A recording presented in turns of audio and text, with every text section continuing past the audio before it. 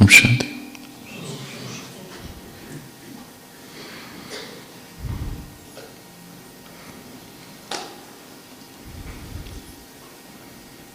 Life and meditation नाम की एक किताब में स्वामी चिन्मयानंद ने एक कहानी का वर्णन किया है। एक घर में आग लग गई, भीषण आग, भयंकर आग। घर 2-3 मंजिल का है। चारों तरफ हलचल है, अफरा तफरी मच गई है, लोग यहां वहां भाग रहे हैं। भगदड़ और फायर ब्रिगेड की गाड़ी खड़ी है और वह लोग हैं। एक माँ है जो खड़ी है और उस माँ को पता चलता है कि मेरा बच्चा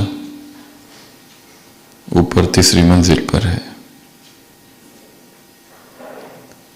वो फायर ब्रिगेड वाला व्यक्ति 40 साल का अनुभवी है।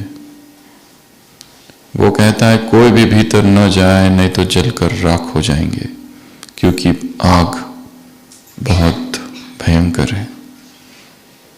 कोई कोना नहीं बचा है घर का जिसमें आग की लपटें ना उठ रही हो। परंतु वो माँ जैसे ही सुनती है और उसे पता चलता है कि मेरा बच्चा ऊपर है, वो किसी की नहीं सुनती और सीधा अंदर घुस जाती है। लोग चिल्लाते हैं, रोकते हैं, वो नहीं रुकती। और थोड़ी देर के बाद वो उस बच्चे को लेकर सुरक्षित बाहर आ जाती है। उसकी साड़ी तक नहीं जलती।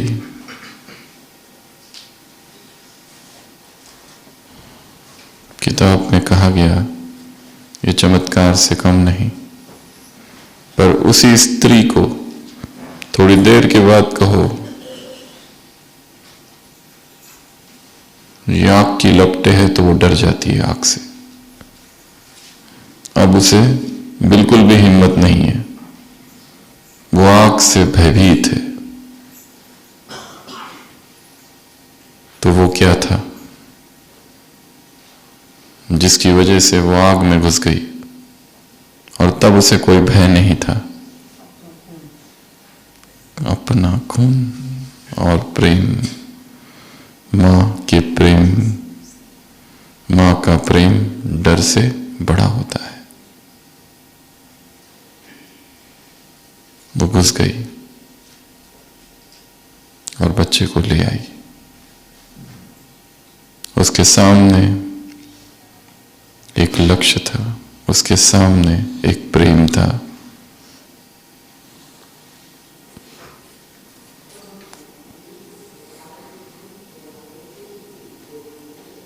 परंतु वो स्त्री 24 घंटे वीरांगना बनकर नहीं रह सकती।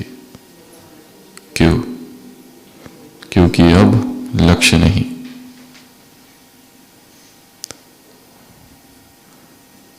यदि कोई अत्यंत साधारण व्यक्ति भी हो,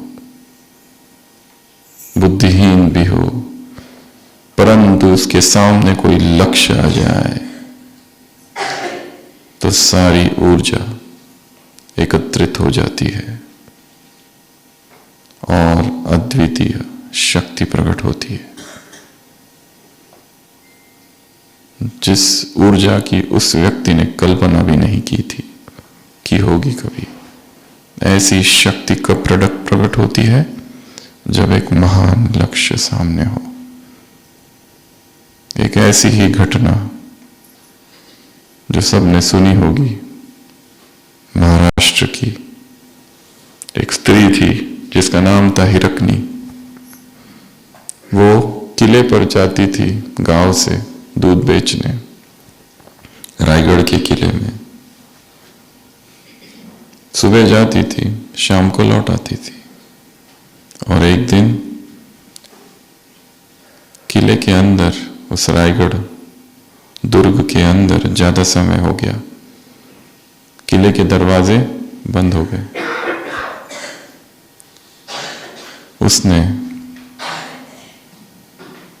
उन संतरियों से कहा कि मुझे जाने दो, मेरा बच्चा घर पे अकेला है, पर नियम तो नियम है, किले के दरवाजे बंद हो चुके हैं, शाम हो चुकी है। उन्होंने नहीं सुना। अब वो अंदर बंद हो गई। वो दुर्ग ऊपर है, ऊंचाई पर है, खड़ी चट्टानें हैं सीधी, अंधेरी रात है और वो मां ऊपर है, उसका बच्चा नीचे गांव में। वो क्या करे, रात भर रुके वहां और सुबह उतरे। वो उसी रात अंधेरे में, उसके पास कोई प्रशिक्षण नहीं है, वो सैनिक नहीं है, और वो उस खड़ी खाड़ी, उस चट्टानों के नीचे उतरती अंधेरों में।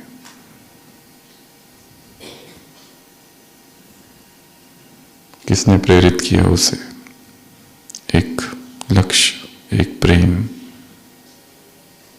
एक भावना, एक इमोशन। उसके अंदर अभूतपूर्व शक्ति जागृत हो गई। वो साधारण स्त्री से वीरांगना बन गई और वो उतर गई। अगले दिन जब शिवाजी महाराज को ये पता चलता है, उन्हें आश्चर्य होता है। वो तो दिन में भी कोई उतर नहीं सकता है, ना चढ़ सकता है, ऐसा किला।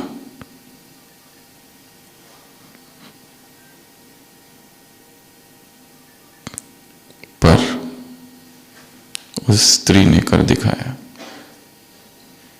जब एक महान लक्ष्य सामने हो तो अपने आप शक्तियां संग्रहित हो जाती है।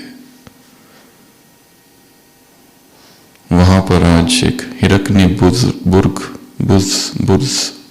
कहते हैं, मीनार खड़ा है, जो उसकी याद दिलाता है। उस साधारण सी ग्वालिन में इतनी शक्ति कहां से आ गई? एक लक्ष्य की वजह से, एक इमोशन की वजह से, एक महान प्रेरणा जागी भीतर। यदि हमारी दिनचर्या की शुरुआत में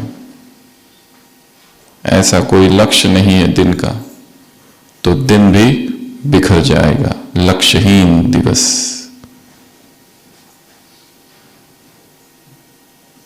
आज सुबह की अव्यक्तवाणी अमृत वेले के विषय में क्या कहा?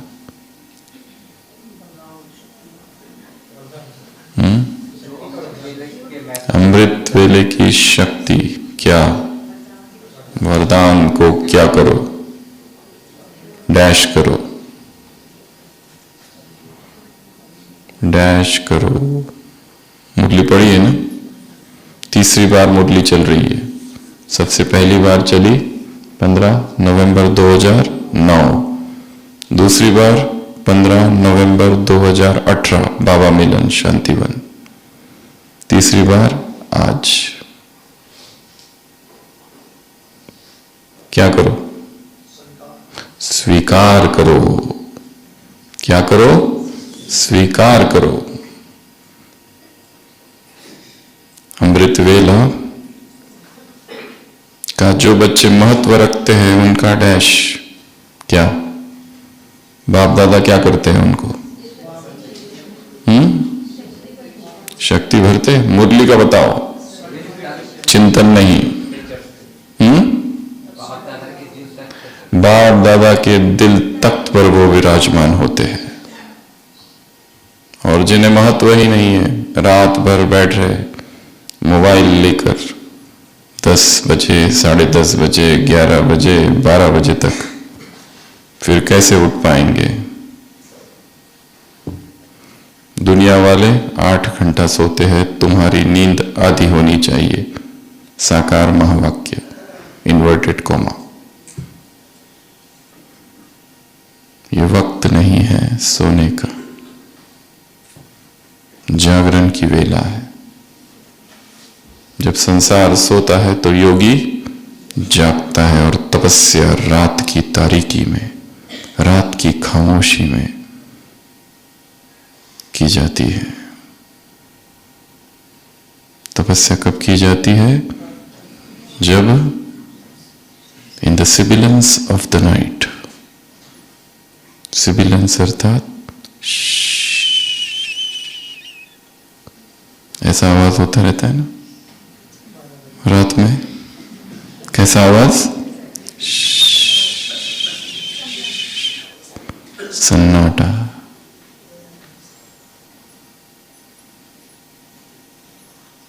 संसार की आत्माएं सो रही है। और मधुबन का दृश्य देखा है ना सबने, सुबह का कैसा मौन होता है। पिन भी गिर जाए तो आवाज। In the sibilance of the night, in the dark solitude of the night,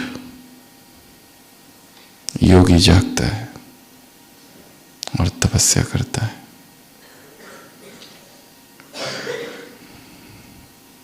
आज सुबह की अव्यक्त वाणी क्या क्या कहा? तीसरी बार चल रही है। क्या क्या कहा?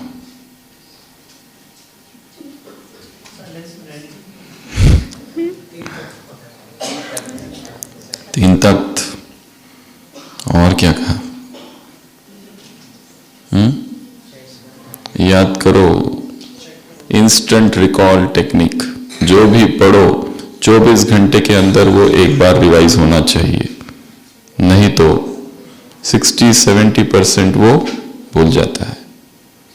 फर्स्ट रिवीजन स्टूडेंट्स के लिए 24 आवर्स के अंदर, सेकेंड रिवीजन 1 हफ्ते के अंदर, थर्ड रिवीजन 1 मास के अंदर, फोर्थ रिवीजन 6 मास के अंदर। कुछ भी नए पे जाने से पहले पुराना रिवाइज करना है। आज की मुरली पढ़ने से पहले कल की मुरली मेंटल रिवीजन या ब्रेन डंप टेक्निक, जो याद आता है सब कुछ उतार दो पेपर पर।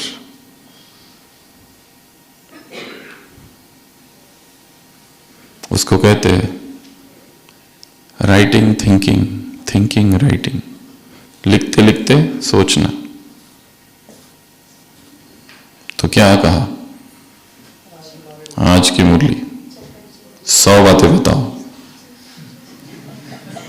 कितनी? 100। चालू। Check change. अच्छा, अच्छा के बाद ओम शांति। उसके बाद आज। मुरली की शुरुआत कहां से होती है? आज। हर मुरली का आदि है आज। वो आज अर्थात 2009 नहीं। हर मुरली की शुरुआत होती है आज से और अंत होता है अच्छा से। इस आज और अच्छे के बीच में इस सृष्टि का और अस्तित्व का रहस्य समाया हुआ है। परमात्मा वाणी समाई हुई है, परमात्मा के महावाक्य, परमात्मा ऊर्जा समाई हुई है। आज। कौन सा आज? आज। और क्या है? 3 हो गए ना? बहुत ज्यादा 4 हो गए। और बताओ। राज दुलारे बच्चे, और दिल तख्त हो गया, और किससे सेवा की वृद्धि करना है? चलन चेहरे से, मनसा वाचा, और खुशी बांटनी है किसको? और रहीम दिल। 1 सेकंड, 1 सेकंड या 2 सेकंड? 1 सेकंड कितने के बराबर? 1 घंटे। और पिछले संडे 2 सेकंड 2 साल के बराबर, कई सालों के बराबर, ऐसा भी कहा है। और क्या कहा? तूफान को तोहफा और समस्या को समाधान। कौन सा पुरुषार्थ? अभी का पुरुषार्थ। और पुरुषार्थ, तैयारी, अटेंशन, बहुत काल, अचानक, और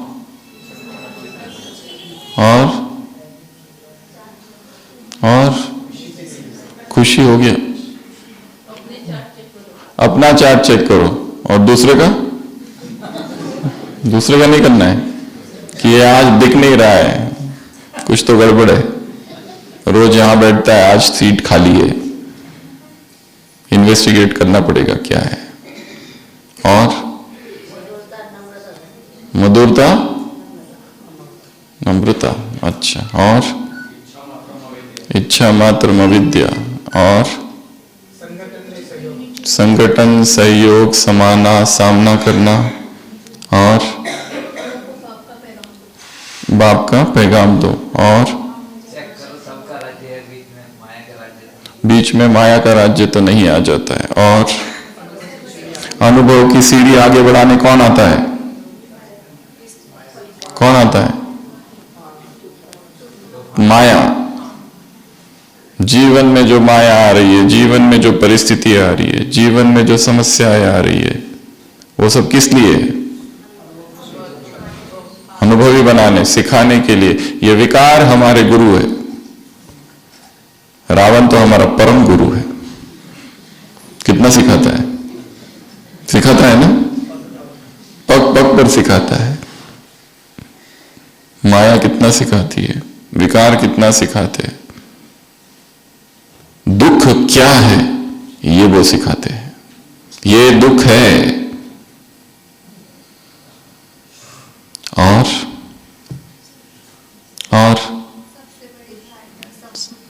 सबसे बड़ी धारणा संपूर्ण पवित्रता। और सबसे बड़ा धर्म। और चलना नहीं है, अभी उड़ना है। अभी करना है, अभी। कल करूंगा, ये टाल मटोल की लोरी है। तो गे।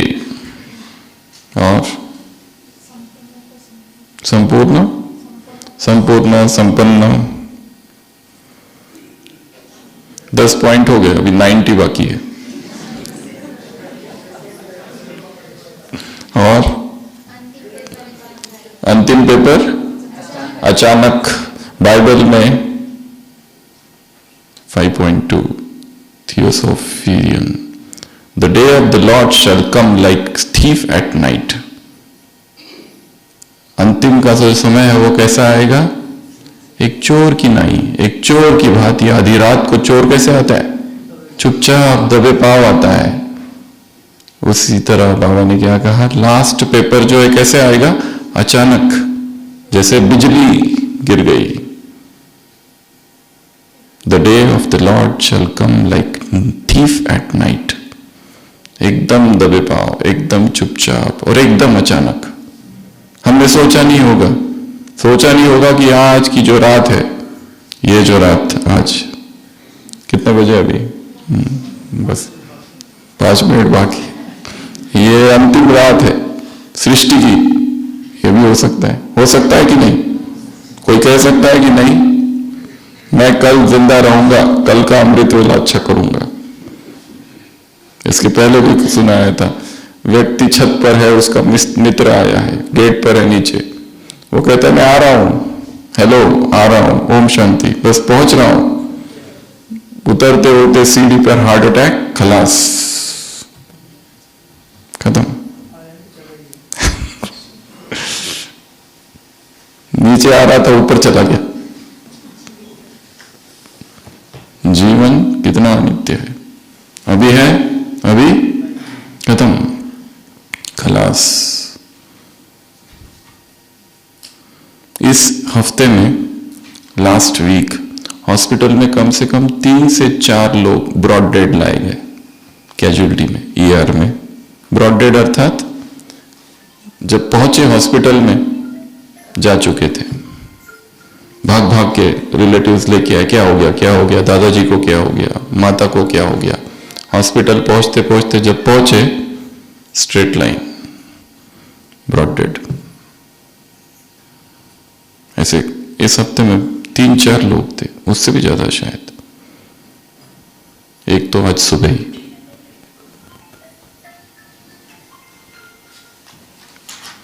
और क्या कहा? अमर वन अमृत पिलाते रहो। और जिसने एक भी पॉइंट नहीं सुना है अभी तक, पहले वो सुना।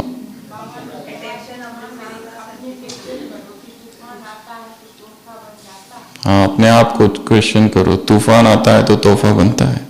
और कंबाइंड, और रहम दिल, और चलना नहीं उड़ना है, 2 बार हो गया। और हाँ, सुख, शांति, अतीन्द्रिय सुख, खुशी, इनका राज्य है या कोई और राज्य है? और खजाने को क्या करो? कार्य में लगाओ। कब? अभी, नाउ। और अभी तुरंत कार्य में लगाना है। अगर नहीं लगाए तो क्या होगा? मेडिकल में एक टर्म है, मिसयूज एट्रोपी। अगर किसी का हाथ है, जहां नीचे एक माउंट से नीचे जाते हुए एक छोटा सा मंदिर है, वहां एक साधु जी महाराज थे, वो ऐसे ही बैठे रहे कई साल, महीने तक, एक ही इसमें उठे ही नहीं, तो हाथ उनका अकड़ गया था, ऐसे ही हो गया, और वो पतला पतला हो गया था। जिस अंग को यूज नहीं किया जाए वो सिकुड़ जाता है। इन शक्तियों को अगर प्रयोग नहीं किया तो वो भी क्या हो जाएगी? सिकुड़ जाएगी। और क्या कहा? लोगों के मन में चिंता है, प्रभु चिंता या चिंतन? प्रभु चिंतन। उनके मन में चिंता और तुम्हारे मन में चिंतन। और कितनी अच्छी लाइन है ये। ऐसी लाइंस जो मुरलियों में आती है, उनको क्या करना है? उनको अलग से निकाल लेना है, एक्सट्रैक्ट द पॉइंट, अलग से रख देना है और फिर उसको रिवाइज करना है। और शुभ चिंतन, सहयोग, और समय पर यूज होते हैं। देखो, उदाहरण दिए। और अगर कोई बहुत थका है और उसे आराम मिल जाए तो क्या होता है? कहां पर है ये? कहां है मुरली में ये उदाहरण?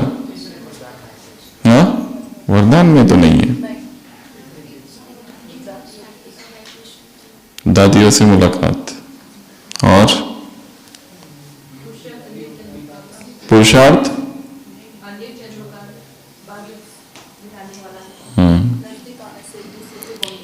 तो इस मुरली से हम कुछ पॉइंट्स लेंगे। सबसे फर्स्ट पॉइंट, एक ए से पॉइंट्स लेंगे सारे।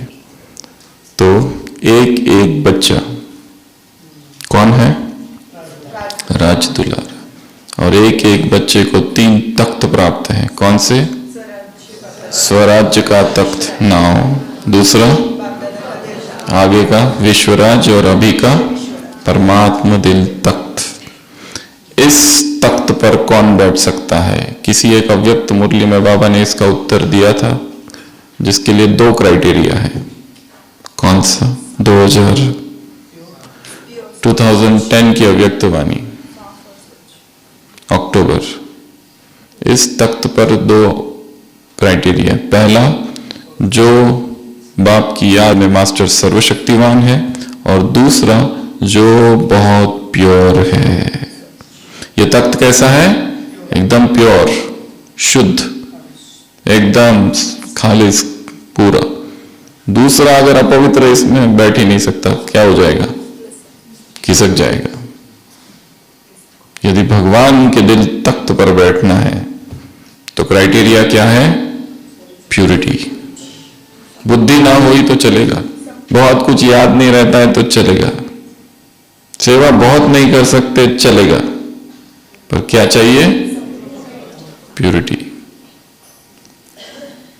तो ताज नहीं, 3 तख्त अभी का कौन सा? स्वराज्य का। बाकी सारे राज्य है पर ये राज्य नहीं है तो क्या है? जैसे भटक रहा है व्यक्ति, राज्य है ही नहीं। दूसरा पॉइंट, एक राज्य, एक धर्म, एक लॉ एंड ऑर्डर। तो सबसे पहली पॉइंट, एक राज्य है, माया का राज्य तो नहीं है बीच में, संतुष्ट है, निर्विघ्न है, अखंड है, 2 राज्य तो नहीं है। सुबह भी हम कह रहे थे कि एक व्यक्ति था जो रोज मंदिर में जाता था, परंतु 10 कदम चलने के बाद ही पीछे मुड़ता था, अपने घर का ताला फिर से चेक करता था, ठीक से लगा कि नहीं लगा। थोड़ा सा चलने के बाद फिर पीछे आता था, फिर एक बार देखता था कि ठीक से ताला लगा या नहीं लगा। निरंतर उसके मन में यह रहता था कि ताला ठीक से लगना चाहिए, कोई चोर तो नहीं आ जाएगा। और मंदिर में जब पहुंचता था और भगवान के सामने प्रार्थना करता था, तब भी मन में ताला ही घूमता था, पर लोग क्या कहेंगे इस डर से वापस नहीं जाता था। फिर 2-3 बार तो जाके आ ही जाता था, पर लोगों के डर से प्रार्थना करता है, आरती करता है, पूजा करता है, पर बुद्धि कहां है? जब तक वापस जाकर ताला जब देखता था कि सुरक्षित है, तब उसको राहत मिलती थी। परंतु अनन्य भक्त था और रोज भगवान के मंदिर में जाता था। एक दिन उसके जीवन में अत्यंत भयंकर संकट आ गया और वो मंदिर में गया और प्रभु से कहने लगा कि अब तुम ही मेरा सब कुछ हो। यदि मैंने इस जीवन में तुम्हें सच्चे मन से याद किया हो, प्रेम किया हो, मेरा सारा पुण्य, तो मुझे इस संकट से बाहर निकालो। और अचानक चारों तरफ से चाबियों की वर्षा उस पर होती है। वो कहता है ये क्या है? गर्भगृह से भगवान की आवाज आती है, इतने सालों से तुम मेरे पास आते हो, मेरे सामने खड़े रहते हो, पर तुम पूजा किसकी करते हो? ताले की। तुम भक्ति किसकी करते हो? ताले की। तो ताला तुमसे प्रसन्न हो गया, इसलिए जब ताला प्रसन्न हो जाए तो वर्षा किसकी होगी? चाबियों की।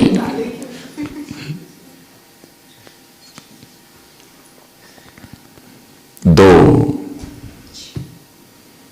द पाथ इज नैरो, ये मार्ग बहुत ही सरकरा मार्ग है, चामे 2 ना समाये।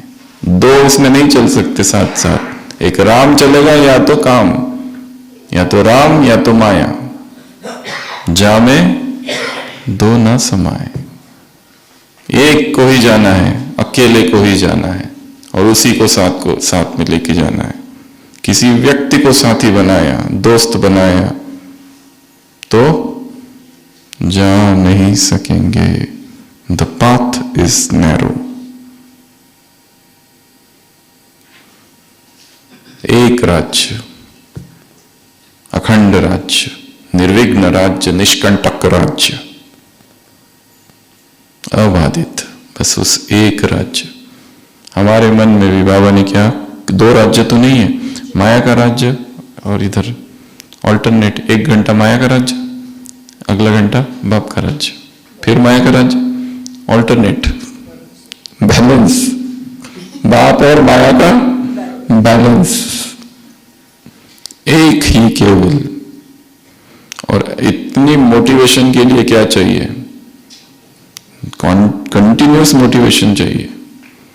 पुरुषार्थ 10 दिन करना बहुत आसान है, 15 दिन करना आसान है। मधुबन में आए तो पुरुषार्थ का ग्राफ एकदम ऊपर, और यहां से जाने के बाद जाने के बाद नहीं, उधर आबू रोड से ही ट्रेन में बैठते ही उधर की दुनिया चालू हो जाती है, और वहां पहुंचते पहुंचते तो कुछ और ही चालू हो जाता है। निरंतर अपने आप को मोटिवेट रखना, रोज अमृत वेला, रोज मुरली चिंतन, रोज अध्ययन, रोज योग के नए नए प्रयोग, तपस्या है। तो सबसे पहला एक राज्य, दूसरा एक धर्म। कौन सा धर्म? संपूर्ण पवित्रता का धर्म। Purity is the greatest religion. और जो धर्म है, यदि उसको समझना है तो उसके विषय में पढ़ना होगा। प्यूरिटी से रिलेटेड जितनी मुरलियां हैं वो सब की स्टडी करो। प्यूरिटी से रिलेटेड जितनी किताबें हैं उन सब बुक्स की स्टडी करो। और प्यूरिटी कोई अभी का विषय नहीं है, द्वापर से चला आ रहा है। इस संसार को किसने थमा के रखा? सन्यासियों ने थमा के रखा। किस आधार पर? पवित्रता की। नहीं तो ये संसार खाक जल मरता। तो उसके विषय में क्या करना है? पढ़ना है, लिखना है, सोचना है, चिंतन करना है, डिस्कस करना है और जानकारी प्राप्त करनी है। और क्या कर सकते हैं? और क्या हो सकता है? ऐसे संसार में भी बहुत सारे ग्रुप्स बने हुए हैं लोगों के, कुमारों के, जो धर्म को नहीं मानते। ब्रह्मा कुमारी से तो उनका कोई नाता नहीं है। उनके भी ब्रह्मचर्य के ग्रुप्स बने हुए हैं, नो फैक्ट ग्रुप्स, बहुत सारे ग्रुप्स हैं। हर संडे वो लोग मिलते हैं और डिस्कस करते हैं, क्योंकि इवन लौकिक सक्सेस के लिए कंसंट्रेशन चाहिए। और काम विकार सबसे बड़ा डिस्टरबेंस है, पोल्यूशन है, लीकेज ऑफ एनर्जी है। ये वैसा ही है जैसे ठंड लग रही है किसी को और घर में बहुत अच्छे फर्नीचर है और कोई सोचता है इन फर्नीचर को जलाकर आग से सेक लूं। खुशी तो है, सुख तो है, पर अल्पकालिक सुख है और कॉस्ट बहुत बड़ी है। इतनी बड़ी कॉस्ट देकर एक छोटा सा सुख मिलता है। जैसे कोई माली है, उसके पास फूलों का बगीचा है, सभी फूलों को एक महीने भर वो संभाल करता है, एक एक फूल की संभाल करता है, पानी डालता है, सब कुछ करता है। फिर महीने के बाद सारे फूलों को एकत्र करता है, उसका रस बनाता है और वो रस जाके गटर में डाल देता है।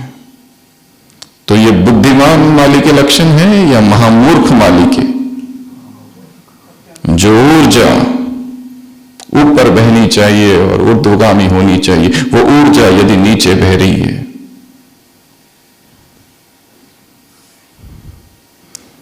तो ये मूर्खता की निशानी है या बुद्धिमान की?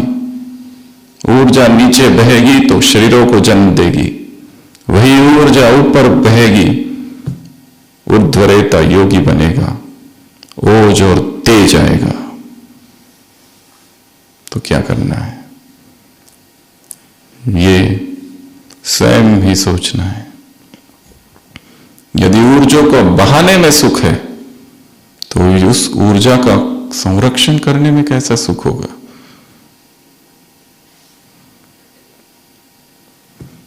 तो संपूर्ण प्यूरिटी, तो एक धर्म। तीसरा, एक लॉ, एक ऑर्डर, एक अनुशासन। बिना अनुशासन के जीवन कैसा है?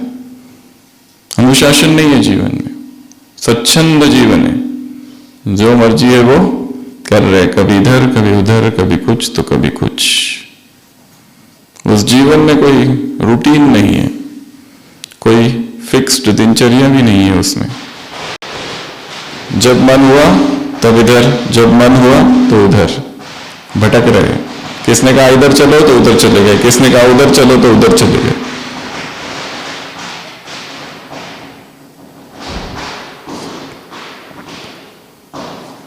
तो लॉ कब लाना है? Law and order now. और वो अनुशासन भी एक बंधन ना बन जाए, ये जबरदस्ती करना पड़ता है, जबरदस्ती उठो, जबरदस्ती मुरली क्लास में जाओ, नहीं तो ये ब्राह्मण परिवार कहेगा तुमको माया ने खा लिया। डर भी तो है, पर अच्छा वाला डर है, ये फायदा है। पर अनुशासन कैसे हो? एक बंधन नहीं, एक जबरदस्ती नहीं, जबर नहीं, कैसे हो जाए? स्वभाव। अनुशासन क्या बन जाए? आनंद। इसलिए इंग्लिश में एक नया शब्द है, अनुशासन और आनंद मिलाकर, डिसिप्लिन और ब्लिस, ब्लिसिप्लिन। ब्लिसिप्लिन, ब्लिसिप्लिन अर्थात अनुशासन का आनंद। और धीरे धीरे उसी में खुशी होने लगती है। जो बॉडी बिल्डर होते हैं ना, जिम में जाने वाले, कितना घंटा जिम करते? 1.5 घंटा, 2 घंटा जिम करते। सुबह 2 बजे उठ के 4 बजे तक जिम, 4 बजे हॉट कोल्ड वाटर इमर्शन, वो बाथटब होता है ना, चिल्ड कर देते उसका बटन, और एकदम थक जाते, पूरा पसीने से लथपथ, और सीधा उसके अंदर, और थोड़ी देर में उसको हॉट कर देते 40 डिग्री, फिर ठंडा कर देते। Hot cold, James bond bath shower. उनके सामने कोई लक्ष्य है, कोई प्रेरणा है, इसीलिए इतना डिसिप्लिन। वो डिसिप्लिन केवल शरीर का नहीं है, मन का है। जो रनर्स होते हैं कितना डिसिप्लिन होते हैं, इवन एक्टर्स कितना उनमें अंदर से डिसिप्लिन। वो अलग है, जब कला और बिजनेस एक हो जाता है तो डिटोरेशन चालू होता है, पतन। जहां बिजनेस आ जाता है, कॉमर्स आ जाता है, कमर्शियल बन जाता है, तब उसका पतन। नहीं तो आर्ट जो है वो बहुत ऊंचा है, उसमें क्या चाहिए? समर्पण चाहिए, तपस्या है वो, कोई भी कला। तो ये तो सबसे महान कला है। तो 1 लॉ एंड ऑर्डर। तो दिनचर्या में क्या हो? एक ऑर्डर, एक टाइम, ये एक्सरसाइज का टाइम, ये मुरली का टाइम, ये चिंतन का टाइम, खुद के लिए टाइम, टाइम बॉक्सिंग, बॉक्सेस में डिवाइड करना है टाइम को। अब यहां है, उधर चलो तो उधर चले गए, इधर चलो तो उधर चले गए, कोई रूटीन नहीं है, कोई कंट्रोल नहीं है। तो राजा जब यहां होंगे तब राजा वहां होंगे। जो वीआईपी लोग होते हैं उनका टाइम कैसे होता है? कभी भी जाके उनको कहो हमारे इधर प्रोग्राम है, चलो, अच्छा चलो। ऐसे होता है क्या? हाँ, क्या होता है उनका टाइम? इस मुरली में भी कहा ना बाबा ने, समय के लिए। तो टाइम पर काम करना है, समय बहुत कम है, टाइम पे काम करना है। तो ये 3। तो सबसे पहला पॉइंट बताया, एक बच्चा। दूसरे पॉइंट में ये 3 बातें। थर्ड पॉइंट,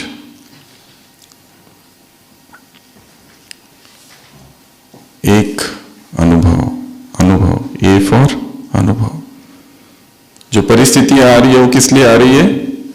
उनको कैसे देखना है? ये मुझे अनुभवी बनाने के लिए आ रही है, एक आगे बढ़ाने के लिए आ रहे हैं, विघ्न विनाशक का सर्टिफिकेट देने आ रही है, और किस लिए आ रही है?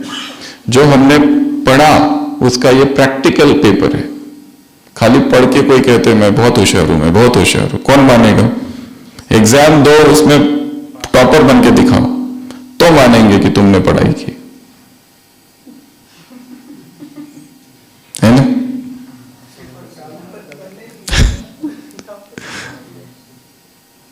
तो समझा जाएगा। तो ये तो जीवन का पेपर है।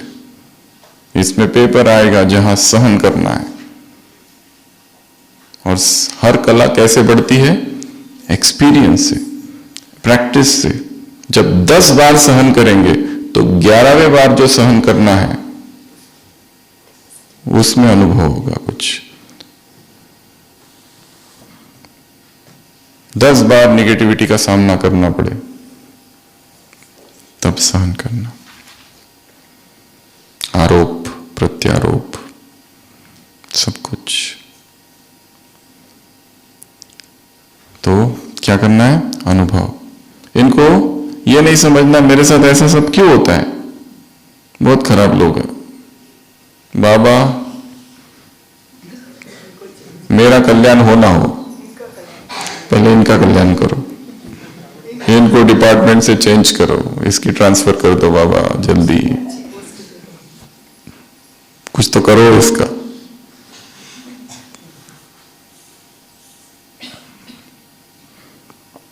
सुबह भी कहा था, एक व्यक्ति की किराने की दुकान थी सदियों से, दादा पर दादाओं की, और अचानक एक दिन उसी दुकान के सामने एक सुपरमार्केट खुल जाता है, बड़ी दुकान। अब इस व्यक्ति को चिंता होने लगती है, अब मेरा क्या होगा, सारे ग्राहक कहां जाएंगे, अब बड़ी दुकान में जाएंगे। तो अपने गुरु के पास जाता है, कहता है मैं क्या करूं। गुरु कहता है अगर तुम उस नए दुकानदार से, सुपरमार्केट वाले से नफरत डरोगे तो तुम्हारे मन में उसके लिए नफरत पैदा होगी। तो कहता है अब मैं क्या करूं, मेरी दुकान तो बंद हो जाएगी। गुरु उसको कहता है तुम एक काम करो,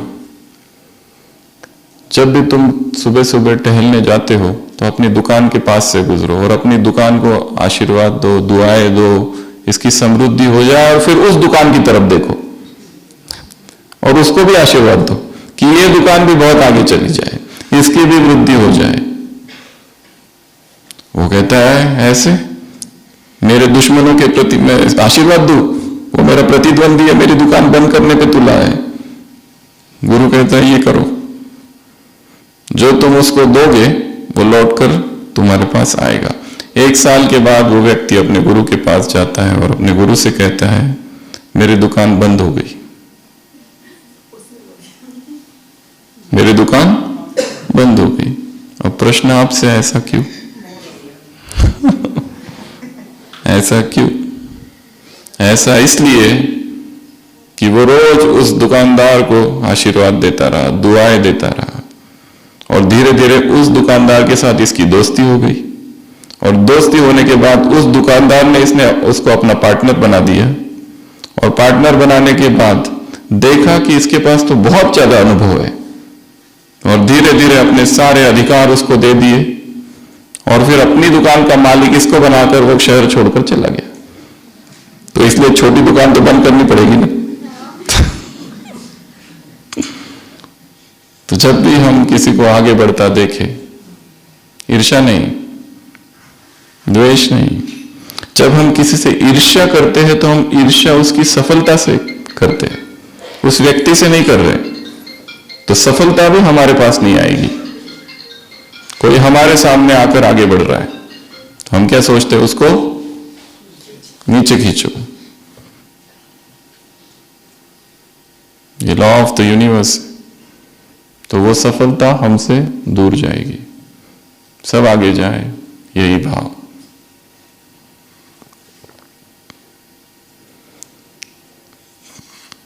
तो 3rd पॉइंट क्या करो, तूफान आए तोहफा समझो, माया से सीखते जाओ। जितने भी है वो सब कौन है, हमारे उस्ताद गुरु जी। इस हॉल में कितने लोग बैठे हैं?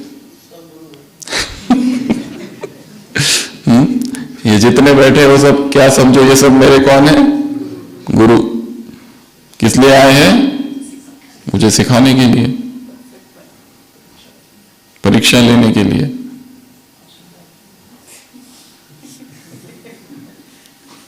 और कोई कोई विशेष गुरु होते हैं, महागुरु। वो अमृत वेले हमारे विषय में गहन चिंतन करते हैं, हमारे दुर्गुणों का चिंतन करते हैं, एकांत में मौन में नकीर पर जाते हुए हमारी एक एक बात को याद रखते हैं, उससे निष्कर्ष निकालते हैं, और प्रॉपर समय में और मौका मिलने पर हमें याद दिलाते हैं कि तुमने ये गड़बड़ की है। इतना बड़ा त्याग करने वाले जो है हमारे लिए, जो हम पर पीएचडी कर रहे हैं, वो गुरु ही हुए ना कि नहीं? तो उनको क्या करना चाहिए? धन्यवाद, धन्यवाद। फोर्थ पॉइंट क्या कहा बाबा ने? रोज रोज चार्ट चेक करो, एक एक रोज चार्ट चेक करो। ए फॉर एक एक रोज, एक एक दिन। और क्या करो? Change, check change, check change, check change. ये काम करते रहना है। Check change, check change, check change, check change. Check करो, कोई तो गड़बड़ है, चेंज करो। चेक करो, गड़बड़ है, चेंज करो। चेक करो, फिर चेंज करो। ये प्रोसेस कब तक चलती रहे? अनंत काल, निरंतर चालू ही रहे, क्योंकि कुछ ना कुछ तो है ही जो नहीं है। हम सोचते हैं हम ये है, हम वो है, पर हम नहीं देख पाते अपने आप को, इसलिए दूसरे अच्छे से देख पाते हैं। दूर से ना अच्छे से दिखता है, नजदीक से दिखाई नहीं देता है। गलती, दूर वाले अच्छे से देख सकते हैं।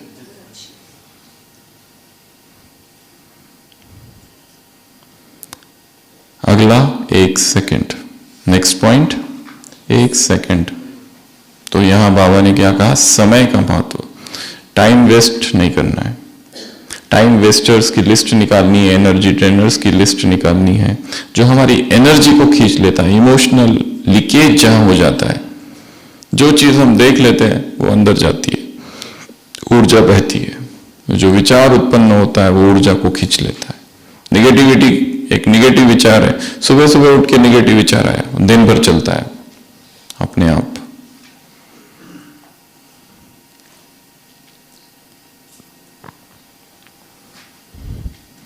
उस पर काम करना है कि टाइम वेस्ट ना हो। टाइम बॉक्सिंग, टाइम बफरिंग, अलग अलग सिद्धांत है। टाइम बॉक्सिंग मतलब 6 से 7 बजे तक क्या करना है, 7 से 8 क्या करना है, 8 से 9 क्या करना है, 9 से 10 क्या करना है। मधुबन में आ रहे हैं, वहां से ही प्लानिंग करके आना है। क्या करना है मधुबन में आके, कितने घंटा तपस्या करनी है। हमने देखा है कितनी माताएं पूरा तैयारी से आती है कि ये करना है, ये करना है, ये करना है। रोज 6 घंटा योग होना चाहिए जब बाबा मिलन में आते हैं तो, या जब भी आते हैं। अगर लक्ष्य नहीं रखा तो क्या करेंगे?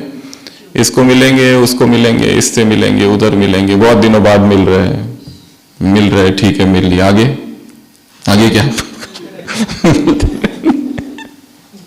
और सुनाओ उधर क्या चल रहा है, और सुनाओ भालू मिला या नहीं मिला, बारिश का क्या चल रहा है, और सुनाओ क्या बना आज ब्रह्म भोजन में, बातें गैस का क्या चल रहा है। और सुनाओ, एक बात, दूसरी बात, तीसरी बात, चौथी बात, 1 घंटा गया। एक इंग्लिश ग्रामरियन ने लिखा है, इंग्लिश व्याकरण के जो एक्सपर्ट होते हैं ना, केवल उन्होंने कहा मैं देखता हूं लोगों को चाय की टपरी पर खड़े हैं और घंटों व्यर्थ की बातें कर रहे। अगर यही सारे लोग अगर भाषा के और उसके व्याकरण का अध्ययन करते तो जीवन भर के लिए they would have become the best speakers. कितना अच्छा बोल पाते वो, अगर भाषा पर उन्होंने काम किया होता तो। पर कर क्या रहे? Time waste. Time waste. कहां टाइम चला जाता है पता ही नहीं चलता है। अंत में dopamine dumping, dopamine dumping, dopamine loading. उस दिन भी सुनाया था, हमारे शरीर में खुशी वाला हार्मोन कौन सा है? डोपामिन। शॉर्ट्स, रील्स, एकदम हार्मोन ऊपर चला जाता है, एकदम खुशी देता है। वो वादे का हार्मोन है, बहुत खुशी देता है, पर थोड़ी देर के बाद खालीपन, अकेलापन, दुख, पश्चाताप। काम विकार, डोपामिन डंपिंग सीधा ऊपर, उसके तुरंत बाद पश्चाताप, खालीपन, अकेलापन, फ्रस्ट्रेशन और थकान। कुछ खाया एकदम स्वादिष्ट, डोपामिन डंपिंग, और उसके बाद भारीपन, एसिडिटी, उठने की इच्छा होती है क्या फिर? ना, अभी तो 3 ही बजे, अभी टाइम है। और गीत बजेगा ना, अमृत वेला शुद्ध पवन है, कब शुद्ध पवन बह जाती है पता ही नहीं चलता। और फिर भाग भाग के 4 बजे चुपके से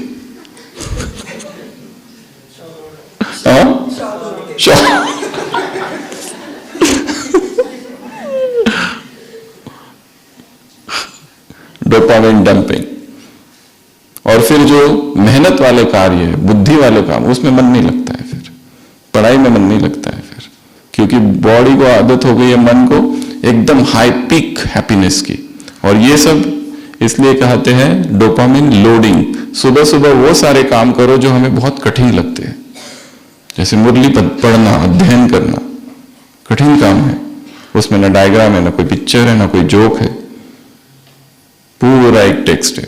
8 पेज की मुरली, 4 पेज की मुरली। तो इसमें पढ़ने में क्या होता है फिर?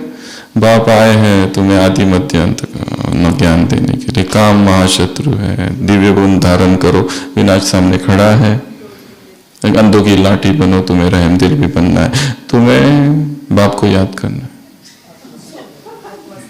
तुम्हें आत्मा समझ के बाप को, देह सहित देह के सारे संबंध भूल, अपने को आत्मा समझ बाप को याद करो। इसमें मेहनत है, तुम्हें गफलत नहीं करनी है, मन मना भव, श्रीमत पर चलो, कितना सारा है, सब सब सब हजारों बार सुना हुआ है। अब जब पढ़ता है इधर से आता है और कब चला जाता है पता ही नहीं चलता है, क्योंकि बुद्धि को चटपटा चाहिए। क्या चाहिए उसे? इनोवेटिव, कुछ एक्साइटमेंट, कुछ प्रेरणादायक चाहिए। इसलिए भाषा और शब्द बदलने की आवश्यकता है, नया दृष्टिकोण। नहीं तो वही वही वही वही, जैसे रामायण सुना है ना, रामायण सुनते हैं ना भक्त, आधे सोते रहते हैं, कितनी बार सुनेंगे? उनका भी कोई दोष है?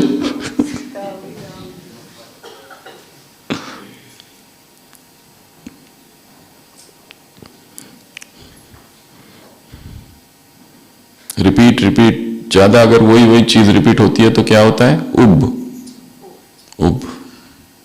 एक राम लीला हो रही थी जिसमें वो जो अंगद है ना, वो अपने डायलॉग ही भूल जाता है। तो वो राइटर जो होता है नाटक का, वो उधर से सब कहता है, अरे ऐसा ऐसा बोलो, रावण को बोलो, मैं पैर हिला के दिखाओ, ये हिलाओ। तो वो इतना सारा बोल देता है, तो ये सब मुझे याद नहीं है। रावण तुमने सुन लिया ना, वो करो।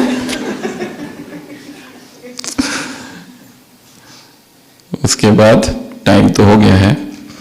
ए से और क्या है? खुशी। एक खुशी वो जानी नहीं चाहिए।